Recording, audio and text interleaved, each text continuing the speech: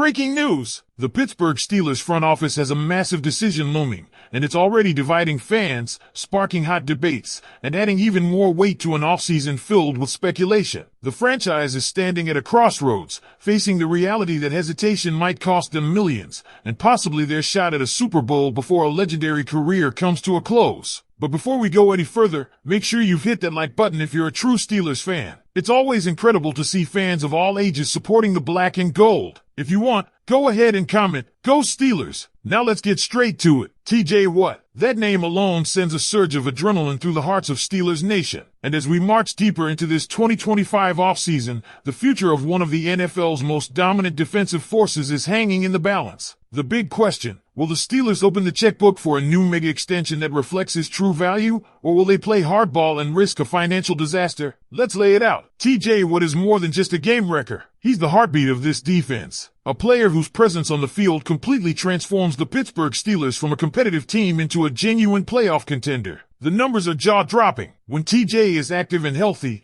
the Steelers' defense allows a full touchdown less per game, records more sacks, and generates significantly more turnovers. The impact even trickles over to the offensive side, with a clear bump in points scored per game. And this isn't some outdated trend from early in his career. Just last season, following his ankle injury against the Eagles, the Steelers went winless and collapsed statistically on both sides of the ball. The stats don't lie. TJ, what is the difference between 10 wins and irrelevance? And here's where things get complicated. Earlier this offseason, Cleveland's Myles Garrett reset the edge rusher market with a colossal $40 million per season deal. If the Steelers had acted earlier, maybe that number would have been smaller. But now, that ship has sailed, and Pittsburgh's delay might cost them dearly. Even more pressure is mounting as the Cowboys prepare a massive extension for Micah Parsons. If that deal lands north of $42 million per year, what happens if TJ says, "I want $43M"? Suddenly, the Steelers are looking at uncharted financial waters. That's why many believe the team must strike now, before another market explosion leaves them outbid and outmaneuvered. But TJ isn't the only player in question. Jaylen Warren is making a strong case for a long-term role in Pittsburgh. A fan favorite with a grinder's mentality and elite efficiency,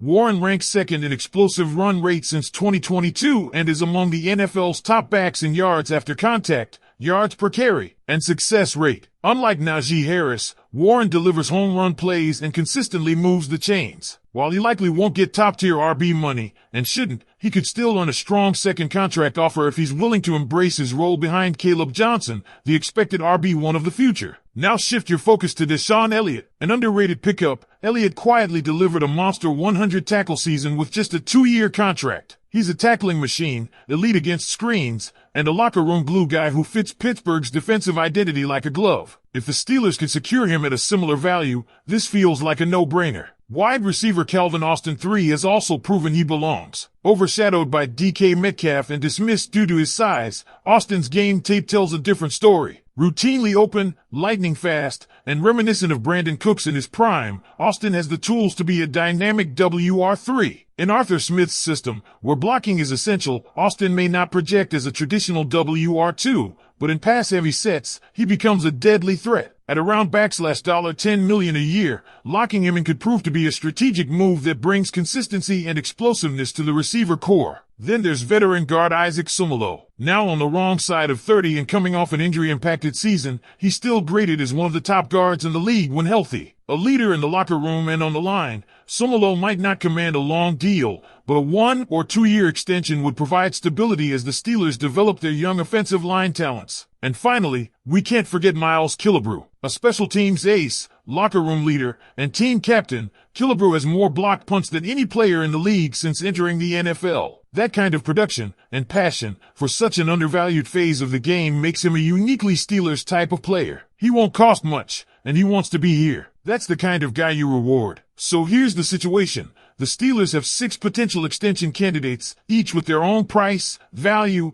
and implications for the team's future. But only one of them, TJ Watt, has the power to completely swing the franchise's trajectory. But what do you think, Steelers Nation? Should Pittsburgh break the bank to secure TJ Watt now, even if it means offering $40 million or more per season? Or should they gamble, hold off, and risk watching the market explode once again with Micah Parsons potentially resetting the bar even higher? That's the million, or should we say multi-million, dollar question staring down Omar Khan and the front office. Because let's be honest, the longer they wait, the higher the price could climb. Watts Camp knows the leverage they hold. He's not just any elite edge rusher. He's a generational talent, the backbone of this franchise, and he's already proven he's worth every dollar when healthy. You delay, and suddenly you're not negotiating at $40 million.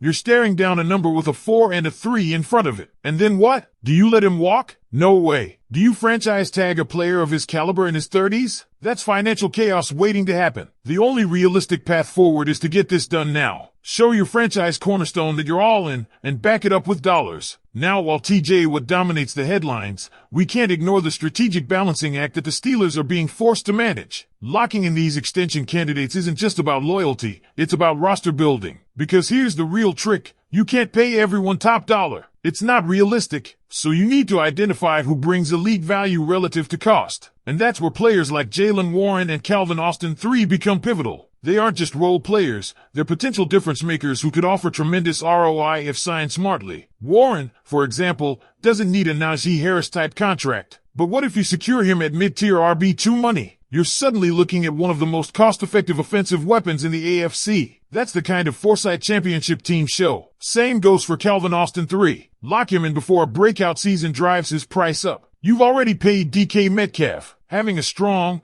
reliable WR3 who can stretch the field and win routes on the outside is a massive bonus, especially in a system that leans on explosive plays to flip field position. Then there's the matter of Deshaun Elliott. Smart organizations keep good players who outperform their contracts, especially when they fit both the scheme and the locker room. Re-signing Elliott at a modest raise avoids a future bidding war and ensures continuity in the secondary. The guy had over 100 tackles. That's production you don't just replace overnight. Isaac Sumalo presents a classic short-term veteran decision. He's still playing at a high level when healthy. Maybe you don't give him 3 years, but 1 or 2 more? That gives you the flexibility to draft and develop while maintaining stability in the trenches, a must when you're potentially breaking in a new full-time starting quarterback. And let's circle back to Miles Killebrew. He's not going to lead the league in interceptions, but his blocked punt numbers are absolutely wild. He has more blocked punts than the rest of the league combined since entering the NFL. That's impact, plain and simple. Add his role as team captain and locker room cornerstone,